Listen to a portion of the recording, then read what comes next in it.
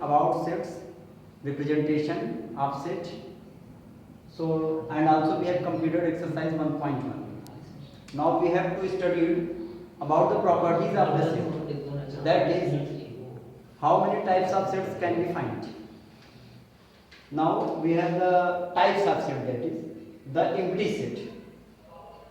तो सबसे पहले empty set की definition हम देख लेते हैं. A set which does not contain any element is called the empty set or null set or void set. Empty set एक ऐसा सेट होता है जिसमें एक भी एलिमेंट प्रेजेंट नहीं होता है. हम अगर देखें तो हमारे पास आसपास कुछ ऐसे एग्जांपल्स हैं जिसमें कि एक भी एलिमेंट नहीं होते हैं. जैसे कि मान लेते हैं कि हमारे पास ए एक सेट है और ए में सिर्फ एक एलिमेंट है यक्स, और यक्स की प्रॉपर्टी ये है कि x must greater than 1 but less than 2 and also x be a natural number. लेकिन ऐसी कोई भी नेचुरल नंबर नहीं है जो 1 और 2 के बीच में लाई करती हो, मतलब कि 1 से ज़्यादा हो और 2 से कम हो. मीन्स यहाँ पे ए के पास एक भी ऐसा एलिमेंट नहीं है जो कि इस कंडीशन को सेटिस्फाई कर सके, मतलब कि ए में एक भी एलिमेंट प्रेजेंट नहीं है. तो ए को हम कह सकते हैं कि ए एक एम्प्टी सेट है. एम्प्टी सेट मतलब कि एक ऐसा सेट जिसमें एक भी एलिमेंट प्रेजेंट नहीं होता है, उसे हम एम्प्टी सेट कह सकते हैं. सेकंड एग्जांपल जैसे हम देखते हैं B x such that x is an odd natural number divisible by 2. x एक odd natural नंबर है और वो 2 से डिविजिबल भी है. ऐसी तो कोई नंबर है ही नहीं जो ऑड भी हो और 2 से डिविजिबल भी हो. मींस यहाँ भी b के पास कोई एक भी एलिमेंट प्रेजेंट नहीं है, तो b भी एक हमारा क्या माना जा सकता है, एम्प्टी सेट कंसीडर किया जा सकता है. लाइक एज ये सी एग्जांपल अगर हम देखें, तीसरा example x such that x square plus 4 equal to 0 and x is a real number. अगर हम यहाँ से बेटे x की वैल्यू निकालें तो x square is equal to -4 and x is equal to under root -4. Means यहाँ पे ये रियल नंबर तो है नहीं, x equal to under root -4, ये तो एक इमेजिनरी नंबर है. और यहाँ पे कहा जा रहा है कि x must be a real number. Means यहाँ पे ऐसी कोई भी नंबर नहीं है जो इस इक्वेशन को सेटिस्फाई कर सके और साथ साथ इस कंडीशन को भी सेटिस्फाई कर सके. मींस यहाँ पे भी c के पास भी एक भी एलिमेंट प्रेजेंट नहीं है, तो c भी एक एम्प्टी सेट कंसीडर किया जा सकता है. आप अपनी क्लास और स्कूल का एग्जाम्पल ले सकते हैं. जैसे मान लीजिए कि आपके पास d एक सेट है कोई, और d सेट है आपके क्लास के बच्चों का सेट, क्लास 11th के बच्चों का सेट d है. अब अगर हम ये कहें तो ये तो एम्प्टी सेट होगा नहीं, क्योंकि आपके क्लास में तो कुछ ना कुछ बच्चे 11th में प्रेजेंट ही रहेंगे. लेकिन अगर हम ये कहें कि आपके स्कूल के उन बच्चों का सेट जो कि क्लास 11th और 12th दोनों में पढ़ रहे हैं एक साथ साथ, ऐसे बच्चे is a set which contains students which are studying in class 11th and 12th simultaneously. In both classes they are studying. तो कोई भी बच्चा तो ऐसा होगा नहीं आपके स्कूल का जो 11th और 12th में एक साथ पढ़ रहा होगा. मीन्स यहाँ पे e के पास भी कोई एलिमेंट प्रेजेंट नहीं होगा, तो e को हम एक एम्प्टी सेट कंसीडर कर सकते हैं. ऐसे ढेर सारे एग्जांपल आप अपने आसपास सेट से निकाल सकते हैं जो एम्प्टी सेट होते हैं. अगर हम एम्प्टी सेट की रिप्रेजेंटेशन की बात करें तो एम्प्टी सेट को जनरली सिंबल फाई से रिप्रेजेंट किया जाता है, या इसको एम्प्टी ब्रैकेट के द्वारा भी रिप्रेजेंट किया जा सकता है. आप अगर एम्प्टी ब्रैकेट राइट कर देंगे जैसे, तो वहाँ पे ये मान लिया जाएगा कि इसमें कोई भी एलिमेंट प्रेजेंट नहीं है और ये एम्प्टी सेट को रिप्रेजेंट करता है. अगर हम फर्दर आगे बढ़ें तो फाइनाइट एंड इनफाइनाइट सेट्स, नाम से ही क्लियर है, एक्रोनिम मीनिंग से आप जानते हैं. Finite that is that can be countable, which can be counted. ऐसी कोई भी चीज जो गिनी जा सकती है. So a set which is empty or consists, I repeat, a set which is empty मतलब कि या तो वो सेट empty हो या तो definite number of elements contain करता हो, रखता हो. दोनों ही सूरतों में, दोनों ही कंडीशंस में उसे हम फाइनाइट सेट कहेंगे. मींस एम्प्टी सेट भी एक फाइनाइट सेट होता है, क्योंकि आपको एम्प्टी सेट में नंबर ऑफ एलिमेंट्स पता होते हैं 0. तो इस तरीके से आप कह सकते हैं कि आपका जो फाइनाइट सेट है उसमें नंबर ऑफ एलिमेंट गिने जा सकते हैं, डेफिनिट होते हैं, और वो हमारा फाइनाइट सेट कहा जाता है. और जो नहीं गिने जा सकते हैं, अदरवाइज अगर नहीं गिने जा सकते हैं, तो इसे हम इनफाइनाइट सेट कह सकते हैं. जैसे हम कंसीडर करते हैं एग्जांपल p, मान लेते हैं कि p है और p आपके स्कूल के बच्चों का सेट है. x सच दैट आप x जो है वो आपके स्कूल का कोई बच्चा है, ठीक है. तो वो फाइनाइट है, क्योंकि आपके स्कूल में जितने भी बच्चे पढ़ रहे हैं वो सब गिने जा सकते हैं। अगर हम मान लेते हैं y एक सेट है, और y जो सेट है the set of all living organisms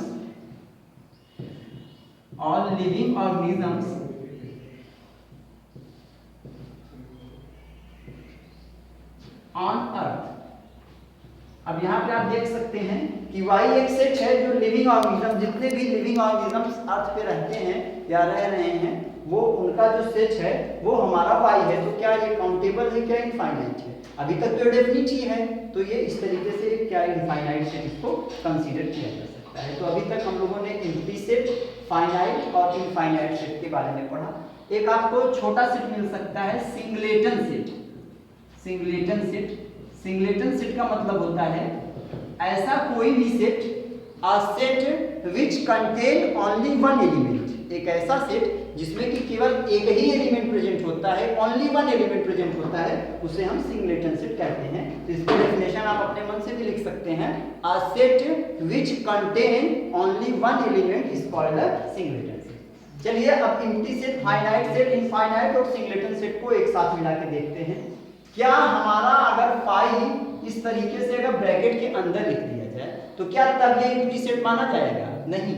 इस कंडीशन में फाई एक एम्प्टी सेट इसलिए नहीं माना जाएगा क्योंकि फाई यहाँ पर एक एलिमेंट रिप्रेजेंट कर रहा है, और जो फाई आपको एम्प्टी सेट के लिए रिप्रेजेंट करना है वो ब्रैकेट के अंदर, क्योंकि ब्रैकेट के अंदर लिखे होने पर वो एलिमेंट कंसीडर किया जाएगा। तो फाई आपका जो है वो क्या माना जाएगा? एक एम्प्टी सेट माना जाएगा। लेकिन अगर कोई ब्रैकेट लिख दिया जाएगा ब्रैकेट के अंदर, तब उसे आप एक एम्प्टी सेट नहीं मानेंगे, तब उसे आप एक सिंगलेटन सेट मान सकते हैं, इसलिए क्योंकि उसमें एक एलिमेंट ही प्रेजेंट है फाई। तो फाई आपका एक सिंगलेटन सेट है, एम्प्टी सेट नहीं है इस कंडीशन में फाई एक आपका सिंगलेटन सेट है। हाँ, यहाँ पे फाई आपका एक एम्प्टी सेट रिप्रेजेंट कर रहा है। अगर हम कंसीडर करते हैं मान लीजिए जीरो, ये जीरो क्या एक एम्प्टी सेट है? नहीं, इसमें भी तो जीरो एक नंबर है, एक सिंबल है, ये भी तो एक एलिमेंट को तो दिखा ही रहा है। इसका मतलब ये भी एक एम्प्टी सेट रिप्रेजेंट नहीं करता, ये भी एक क्या रिप्रेजेंट करता है?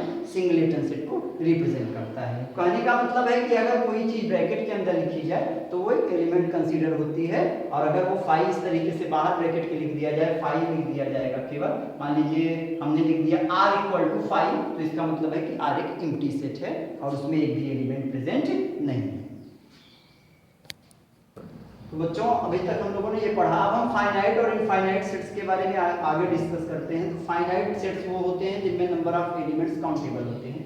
अगर हम एक सेट अब हम कंसीडर करते हैं, अब हम फाइनाइट और इनफाइनाइट सेट के एग्जांपल लेते हैं।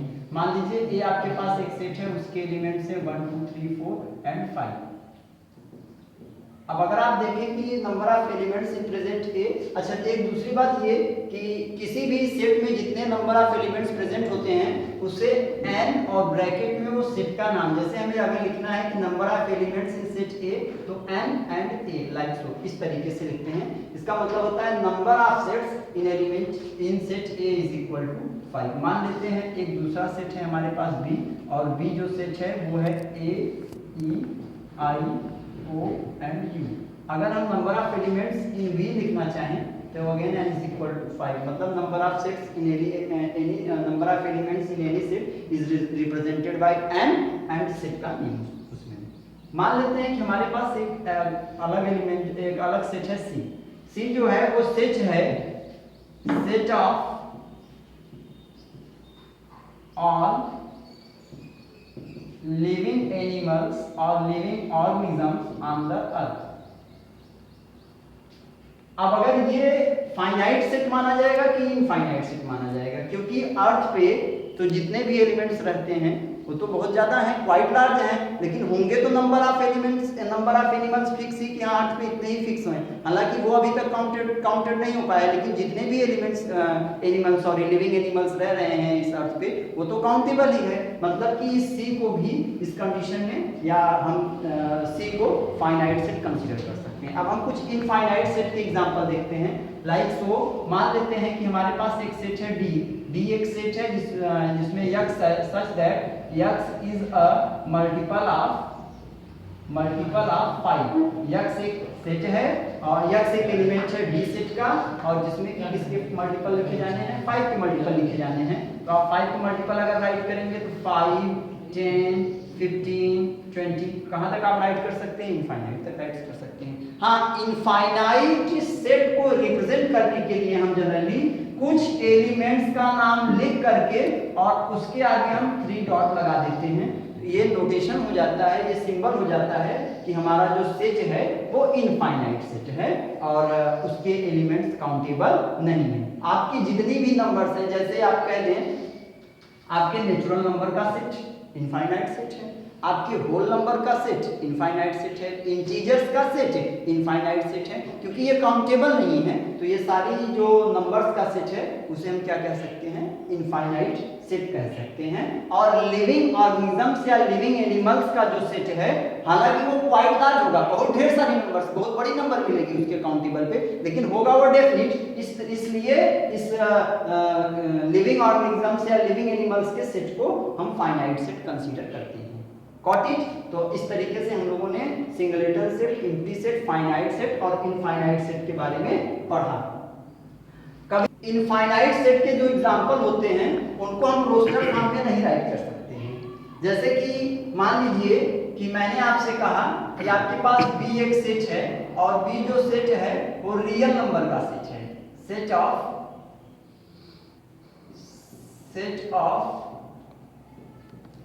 Real numbers. आपके पास B एक सेट है और वो सेट है किसका?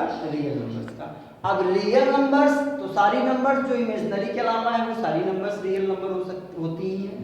अब अगर आप B के लिए लिखना चाहें तो यहाँ पे इनफाइनाइट नंबर आएंगे क्योंकि रियल नंबर तो इनफाइनाइट है, लेकिन आप इसे रोस्टर फॉर्म में नहीं लिख सकते, आप इसे केवल सेट बिल्डर फॉर्म में ही लिख सकते हैं। इसलिए आप इसको रोस्टर फॉर्म में नहीं लिख सकते क्योंकि जो रियल नंबर होती है उसमें कोई भी प्रॉपर्टी यूनिक नहीं होती है जिसको कि यहाँ आप लिख सकते हैं। जैसे यहाँ पे हमें लिखना था 5 का मल्टीपल, तो इसे हम रोस्टर फॉर्म में लिख सकते थे क्योंकि यहाँ पे सारी नंबर्स के पास एक कॉमन प्रॉपर्टी ये थी कि वो 5 की मल्टीपल थी। लेकिन जो रियल नंबर्स होती हैं, जैसे रियल नंबर तो 1.1 भी है, 1.2 भी है, 1.15 भी है, ढेर सारी नंबर्स तो रियल नंबर्स ही हैं। तो ऐसी कोई भी प्रॉपर्टी अगर हम रियल नंबर्स को लिखें तो सारी रियल नंबर्स के बीच हमें एक भी कॉमन प्रॉपर्टी, यूनिक प्रॉपर्टी नहीं मिलेगी जो प्रॉपर्टी सभी के पास हो, जिसको कि यहाँ पे हम राइट करके रिप्रेजेंट कर सकें। इसलिए हम कभी कभी एक इनफाइनाइट सेट को रोस्टर फॉर्म में नहीं लिख सकते, उसे हमें केवल सेट बिल्डर फॉर्म में ही लिख सकते हैं। तो इस तरीके से हम लोगों ने सेट के टाइप को पढ़ा, empty set, singleton set, finite set and infinite set, equal sets. अब हमें डिफरेंट एक सेट पढ़ना है, इक्वल सेट्स। इक्वल सेट किन्हीं भी दो सेट्स को इक्वल सेट तब कहा जा सकता है जबकि उनके सारे एलिमेंट सेम टू सेम होते हैं। मतलब कि मान लेते हैं कि एक सेट A है हमारे पास जिसके एलिमेंट्स हैं x, y एंड z, और दूसरा एलिमेंट है B जिसके भी एलिमेंट्स हैं x, y एंड z। इस कंडीशन में इन दोनों सेट्स को हम इक्वल सेट कह सकते हैं। Means two sets are said to be equal set if every element of first set is also an element of second set and every element of second set is also an element of first set. अगर पहले set के सारे element दूसरे के पास present हैं और दूसरे set के सारे एलिमेंट पहले के पास प्रेजेंट हैं तो इस कंडीशन में हम इन दोनों सेट को इक्वल सेट कह सकते हैं। हाँ, सेट के एलिमेंट्स को ऑर्डर में आपको कंसीडर नहीं करना है। अगर हम एलिमेंट सेम रखते हुए अगर ऑर्डर को चेंज कर दें, एलिमेंट्स को आगे पीछे कर दें, तब भी उन सेट्स को इक्वल सेट माना जाएगा क्योंकि सेट में ऑर्डर कोई मैटर नहीं करता है। कि हमने इसके पहले वीडियो में बात कर चुके हैं। तो इक्वल सेट्स आपको लोगों को पता चल गया। अगर जैसे मान लीजिए अच्छा आपके पास एक सेट है, मान लीजिए एक सेट है P और उसमें एलिमेंट आए x, y, z और आपके पास है और A, और आपके पास एक दूसरा सेट है Q और उसमें एलिमेंट्स आ रहे हैं x एंड A। क्या P और Q इक्वल सेट्स हैं? आप तो कहेंगे कि सर आपने बताया वीडियो में कि हमारे पहले एलिमेंट के सारे एलिमेंट दूसरे के पास प्रेजेंट होने चाहिए और दूसरे के सारे एलिमेंट पहले के पास प्रेजेंट होने चाहिए। तो आप देखिए तो Q के पास तो P के पास तो Q के सारे एलिमेंट प्रेजेंट हैं, x और A अगर Q के पास है तो P के पास तो x और A प्रेजेंट है। बट Q के पास P के सारे एलिमेंट प्रेजेंट नहीं है, P के पास Y और Z भी है और Q के पास Y Z नहीं है। इस कंडीशन में इन दोनों सेट को क्या नाम दिया जाएगा, इसके हम अगले एक्सरसाइज में डिस्कस करेंगे।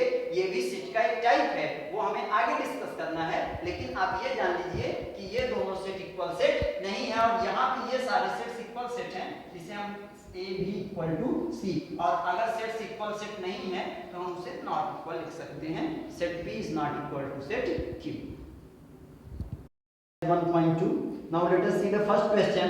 Question number first says that which are the following are examples of the null set. नीचे दिए गए एग्जांपल्स में से कौन कौन से नल सेट के एग्जांपल्स हैं। नल सेट सभी लोगों को आपको पता है कि नल जैसे दिया गया है set of odd natural numbers, set of odd natural numbers divisible by 2, divisible by 2 means ऐसी ऑड नेचुरल नंबर्स का सेट जो 2 से डिविजिबल है। तो कोई भी ऑड नंबर 2 से डिविजिबल तो है नहीं, मींस ये एक क्या कंसीडर होगा, एम्प्टी सेट, क्योंकि इसमें एक भी एलिमेंट प्रेजेंट नहीं है। ऐसे ही जो क्वेश्चन दिए गए हैं set of even prime numbers, set of even prime numbers. अब अगर हम ऐसी नंबर्स जो इवन भी हो प्राइम भी हो, तो ऐसी कोई नंबर है, हाँ एक नंबर ऐसी है 2 एक ऐसी नंबर है जो इवन होने के साथ साथ प्राइम नंबर भी है, इसलिए ये एक एम्प्टी सेट नहीं होगा और ये सिंगलेटन सेट कंसीडर किया जा सकता है। थर्ड क्वेश्चन में अगर देखें दिया गया है x is such that x is a natural number means x belongs to n and x greater than x less than 5 and x greater than 7 means x एक नेचुरल नंबर है जो 5 से छोटी है बट 7 से बड़ी है। तो जो नंबर 5 से छोटी होगी वो ऑलरेडी 7 से भी छोटी होगी, मींस ऐसी कोई भी नंबर नहीं है जो 5 से तो छोटी हो बट 7 से बड़ी हो, तो इसलिए ये भी एक एम्प्टी सेट कंसीडर किया जाएगा। y is a question number 4 y such that y is a point common to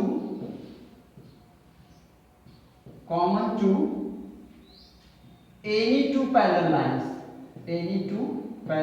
यानी वो y वो पॉइंट है जो दो पैरेलल लाइन के बीच का कॉमन पॉइंट है। क्या हमारे पास पैरेलल लाइन के बीच में कोई भी एक कॉमन पॉइंट होता है? नहीं, यहाँ पे ऐसा कोई भी पॉइंट नहीं है जो इन दोनों लाइंस पैरेलल लाइंस के बीच में कॉमन होगा, मींस ये भी एक फाइनाइट एम्प्टी सेट कंसीडर किया जाएगा। क्वेश्चन नंबर 2 में दिया गया है which of the following sets are finite और इनफाइनाइट। तो जो नंबर ऑफ एलिमेंट्स जिसके काउंटेबल होंगे वो फाइनाइट, जिसके नहीं काउंटेबल होंगे वो infinite. The set of months of a year finite, 1 2 3 dot dot infinite, 1 2 3 dot dot 9900, 1 2 3 dot dot ये इनफाइनाइट सेट है, बट 1 2 3 डॉट डॉट 99 एंड 100 ये फाइनाइट सेट है, क्योंकि यहाँ पे अपर फिक्स है कि हमको 100 तक ही नंबर्स देनी है, तो ये काउंटेबल सेट है, फाइनाइट सेट है। The set of positive integers greater than 100, ऐसे पॉजिटिव इंटीजर जो 100 से ज्यादा हैं, तो 100 से ज्यादा कितने पॉजिटिव इंटीजर्स आपको पता है? इनफाइनाइट पॉजिटिव इंटीजर्स हैं जो 100 से ज्यादा हैं, तो ये इनफाइनाइट सेट कंसीडर होगा। The set of prime numbers less than 99, prime numbers जो 99 से